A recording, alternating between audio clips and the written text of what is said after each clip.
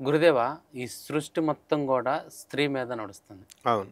ఎందుకంటే అమ్మ రూపంలో ఉండి స్త్రీ హ్మ్. అమ్మతనంతో ఈ సృష్టిని నడిపించడానికి ఒక ఆధారభూతంగా ఉంది. అలాంటి స్త్రీలలో చాలా రకాలున్నాయని మన శాస్త్రాల్లో చెప్పబడుందంట గదా! హ్మ్. దాని గురించి కొంచెం వివరించరా? మనకి వాత్సాయన మహర్షి ఈ యొక్క స్త్రీలనన్నిటిని కూడా వర్గీకరిస్తాడు. కొక్కోరకుడు అనేటటువంటి ఆయన ఈ రతి రహస్యాల గురించి తెలియజేస్తాడు. ఈ స్త్రీలన్నీ కూడా 4 రకాలుగా ఉంటాయన్నారు. ఒకటేంటంటే అందరికీ తెలిసింది, అందరూ కోరుకునేది పద్మిని జాతి స్త్రీ. హుహు. రెండవది చిత్రాణి. హ్మ్. 3 హస్తిని. హ్మ్. 4 మనకి భగిని స్త్రీ. ఈ హుహు. విధంగా మనకి రకరకాల పేర్లతో మనం ఉంటాం అన్నమాట. ఇందులో పద్మజాతి స్త్రీకొచ్చేసరికి మనకి పద్మ పద్మిని జాతికి సంబంధించినటువంటి స్త్రీ భర్త మాటలను జవదాటరు. ఓకే. భర్తను అమితంగా ప్రేమిస్తారు. ఓకే. మృదువుగా మాట్లాడతారు. మంచి అందాన్ని కలిగి ఉంటారు. అండ్ పాల పొంగుతాయి చూడు, ఆ వేడి చేస్తే ఎంత బాగా ఉంటారో అంత చక్కగా మనకి ఆ కలర్‌లో ఉంటారు. అండ్ వక్షోజాలు కూడా భారీగా ఉంటాయి. శరీరం మేని ఛాయ, బంగారపు ఛాయలాగా ఉంటుంది. పిరుదులు ఏనుగు తొండాల్లా ఉంటాయి అని తొడలని చెప్పారు. ఆ తర్వాత పూల బంతుల్లాగా స్తనాలు. అలాగే పిరుదులొచ్చేసరికి ఒక చక్కటి నిర్మాణము, అంగసౌష్ఠమంతా గూడా. నడుము సన్నగా ఉంటుంది. ఈ విధంగా వర్ణన చేశారు. అలాగే వీళ్ళు భర్తని రతి సమయంలో క్రీగంటతో చూస్తారు. వక్షోజాలకు హత్తుకుంటారామె అతన్ని. ఇలా అనేకమైనటువంటి లక్షణాల్లో ఇవంతా కూడా తెల్లవారుజామున వీళ్ళు శృంగారంలో పాల్గొనాలని ఎక్కువ కోరుకుంటారట.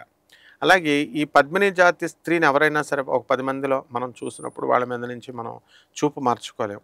అలాగే సభ్యత, సంస్కారాలు అడ్డొచ్చి మనం ఏం చేస్తాం, ఒకవేళ మళ్ళీ మానేసినా మళ్ళీ చూపు అటే వెళ్ళిపోతుందంట. ఇది పరాయి స్త్రీ, పరాయి వాళ్ళ సొత్తు అని తెలిసినా కూడా చూపు మరల్చలేకపోతామంట. ఈ విధంగా పద్మిని జాతి స్త్రీతో సుఖపడినటువంటి వాడు వేరే జాతి స్త్రీతో సుఖపడలేడు. కాబట్టి ఈ యొక్క స్త్రీని మనము అందరూ అదృష్టం కొద్దీ పద్మిని జాతి స్త్రీ లభిస్తుంది అంటారు. అలాగే ఈమె సినీ, సంగీత, సాహిత్య, శాస్త్రాలన్నీ కూడా ఉంటాయి కదా, నృత్యాలు, వీటిల్లో అభిలాష ఉంటుంది. అబద్ధం అస్సలు ఆడదు. తర్వాత భర్తతో ఎప్పుడు కూడా ఆయన అణుకువగా ఉంటుంది. అండ్ భర్తను ఎప్పుడు కూడా తిట్టదు. ఈ విధంగా ఏవైతే దేవతా లక్షణాలన్నీ కూడా చెప్పబడి ఉన్నాయో అటువంటి లక్షణాలంతా కూడా ఈ యొక్క పద్మిని జాతి స్త్రీకి వర్ణించబడ్డాయి. అలాగే ఈ యొక్క పద్మిని జాతి స్త్రీని ఎవరైనా సరే మనం కనుక ఒక్కసారి శృంగారంలో కనుక పాల్గొంటే అటువంటి వాళ్ళని మనము జీవితంలో మర్చిపోలేము అని వాత్సాయన మహర్షి ఇవన్నీ రాశారు. ఇది వినడానికి విడ్డూరంగా ఉన్నా అంటే అది లక్షణాలు చెప్పేటప్పుడు చెప్పాలి కదా మరి.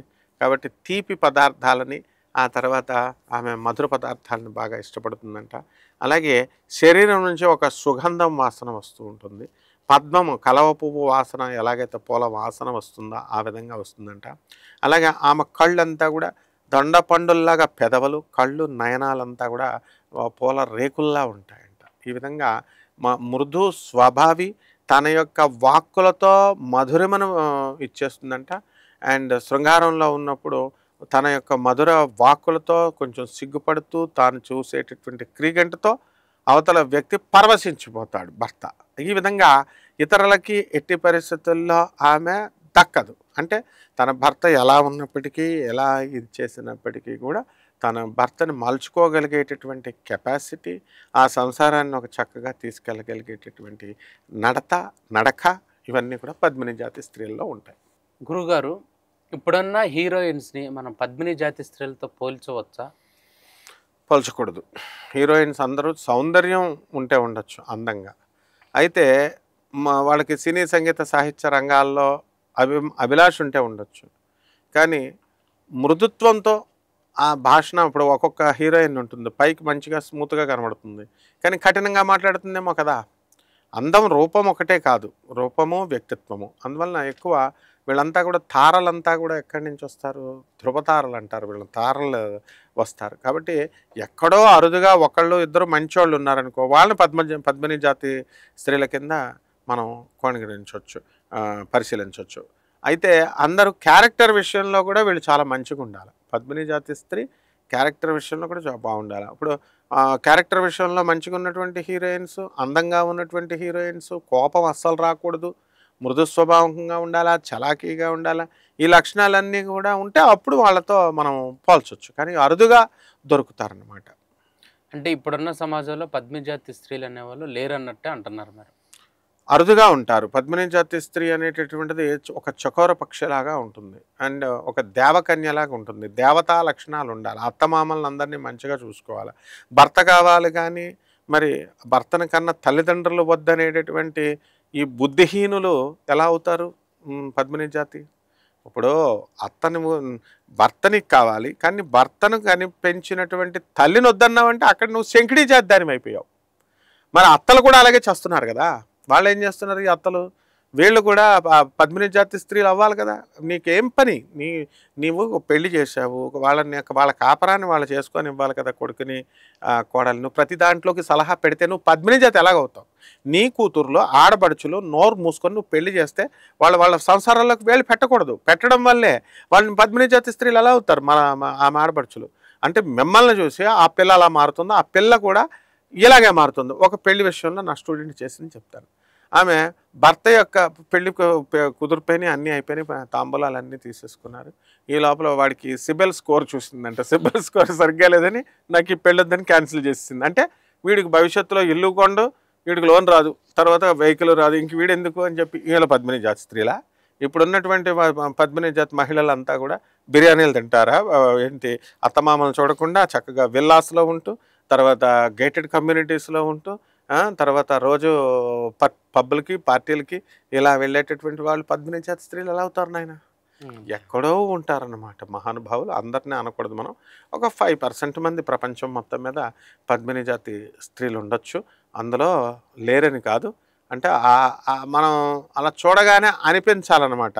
ఆ మృదుత్వము, ఆ నవ్వు, ఆ యొక్క అంటే కపటం తెలియకూడదు వీళ్ళకి. కపటం తెలియకూడదు, మోసం చేయకూడదు. ఇలాంటి గొప్ప లక్షణాలు అసలు మాట్లాడితే హాయిగా అనిపిస్తుందట అవతల. అలా ఆ విధంగా ఉండాలి. అండ్ ఏదో ఇప్పుడు శృంగారం అనగానే సిగ్గుపడిపోయి ఏదో శృంగారం అంటే కొత్త విషయంలాగా చెప్పడానికి పండితులు కూడా సిగ్గుపడిపోతూ, పిల్లలకి తల్లిదండ్రులు సిగ్గుపడిపోతూ ఉంటే వాళ్ళు పిల్లలు ఎడ్యుకేషన్లో అది it should be a part of education. అప్పుడే వాళ్ళు తప్పులు చేయరు పిల్లలు. అందరూ కూడా మనం పుట్టుకతో పద్మిని జాతి స్త్రీలు కాకపోయినా మనం పద్మిని జాతి స్త్రీలుగా మారచ్చు మన క్యారెక్టర్తో. అంటే ఏంటంటే అసలైన సిసలైన అందం ఉండాలా, అసలైన సిసలైన క్యారెక్టర్ ఉండాలా, అత్తల్ని తల్లుల్ని మామల్ని కుటుంబాన్ని అందరినీ కూడా పేదవాళ్ళ పట్ల దయ కారుణ్యము ఇవన్నీ ఉంటేనే పద్మిని జాతి స్త్రీ. ఆ పద్మిని జాతి స్త్రీ ఒక్కతే ఉంటుంది. ఆమె రాధాదేవి. శ్రీకృష్ణ పరమాత్మ రాధాదేవి గోలోకంలో వాళ్ళే ఉంటారు. ఇంకా మామూలు మానవ లోకంలో పద్మిని జాతి స్త్రీలు రాతతో సమానమైన ప్రేమ ఇస్తున్నారా? ఇప్పుడున్నటువంటి మానవ జాతి ప్రేమలన్నీ కూడా కేవలము లస్ట్, కామంతో కూడుకున్నటువంటివే తప్ప దీన్ని ప్రేమ అని అనకూడదు. ఎందువల్లంటే అవసరం కొద్దీ వాళ్ళు స్నేహాలు చేస్తున్నారు, అవసరం కొద్దీ భర్త భార్యలతో కాపురాలు చేస్తున్నారు. ఈ విధంగా చాలా హీనాతిహీనంగా ఉన్నాయి. కానీ మనం డెవలప్ అవ్వచ్చు, అలాగే ఉండాల్సిన అవసరం లేదు. పద్మిని జాతిగా మారచ్చు.